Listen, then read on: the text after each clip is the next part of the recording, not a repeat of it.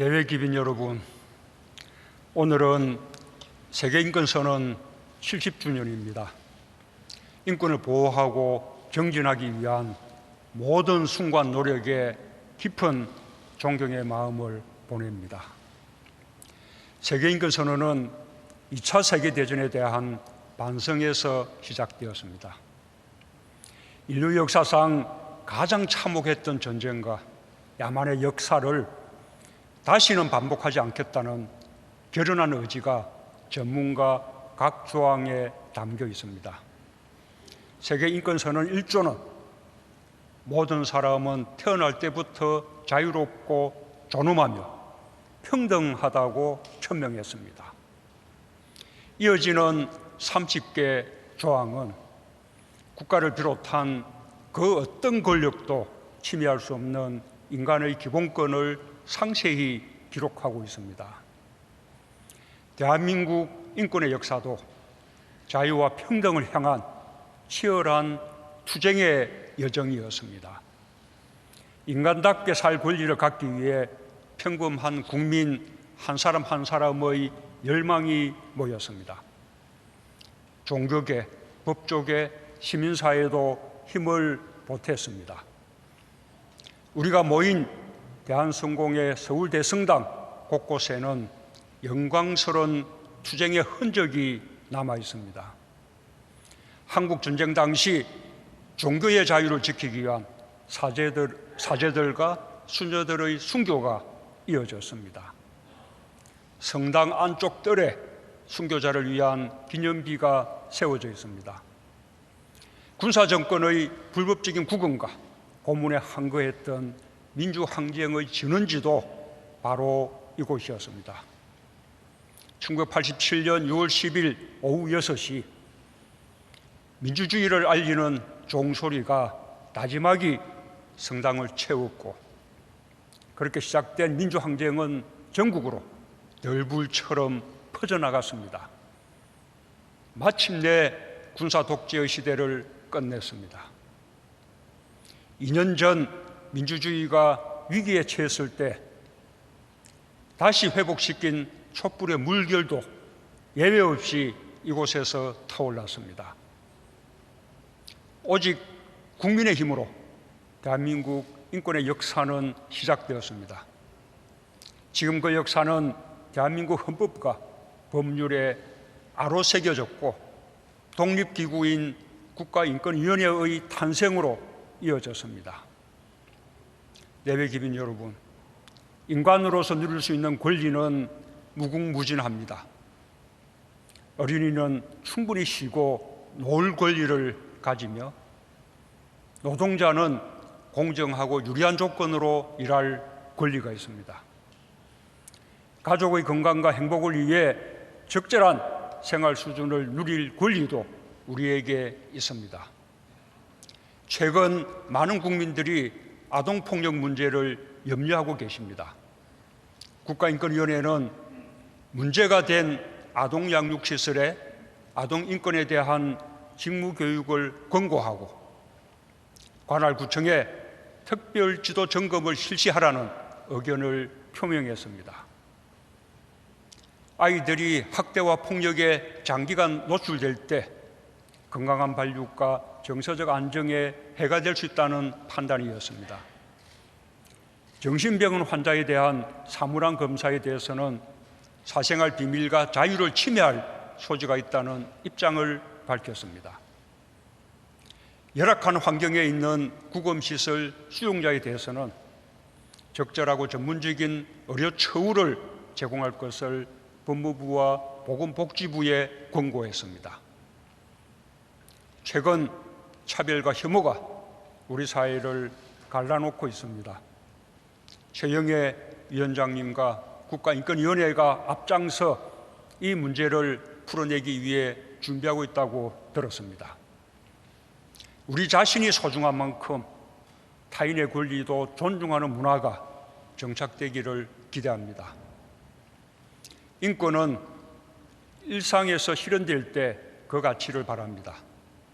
국가인권위원회의 노력은 우리의 삶 속에 인권을 뿌리내리게 할 것입니다. 한때 국가인권위원회가 사회의 중요한 인권 현안에 눈과 귀를 닫고 관료화되어 간다는 뼈아픈 지적이 있었지만 다시 약자들 편에 섰던 출범 당시의 모습으로 돌아가는 것 같아 반갑습니다. 국제사회에서 모범적인 국가인권기구로 인정받았던 활약을 되살려주길 바랍니다. 대통령으로서 약속합니다. 국가인권위원회는 앞으로도 독립적인 활동을 철저히 보장받을 것입니다.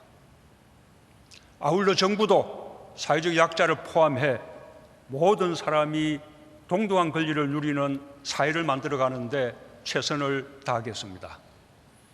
누구도 차별받지 않는 포용적인 사회를 만들겠습니다. 지난 8월 발표한 제3차 국가인권정책 기본계획은 이러한 노력의 일환입니다. 이번 기본계획에는 국민의 눈높이에 맞추어 국민의 생명과 안전에 대한 권리, 기업의 사회적 책임과 인권 존중에 관한 내용을 새롭게 추가했습니다. 우리나라의 인권 수준이 나날이 향상되고 인권에 대한 이해의 폭이 넓어지기를 바랍니다. 내외기빈 여러분, 식민 지배와 독재, 전쟁을 겪은 국가 중에 대한민국 정도의 인권 수준을 가진 국가는 거의 없습니다. 여기 계신 인권 활동가 한 분 한 분의 진정 어린 노력의 결실이라 생각합니다. 하지만 가야 할 길이 아직 멉니다. 한반도의 전쟁이 완전히 끝나지 않았고 평화가 정착되지 않았기 때문입니다.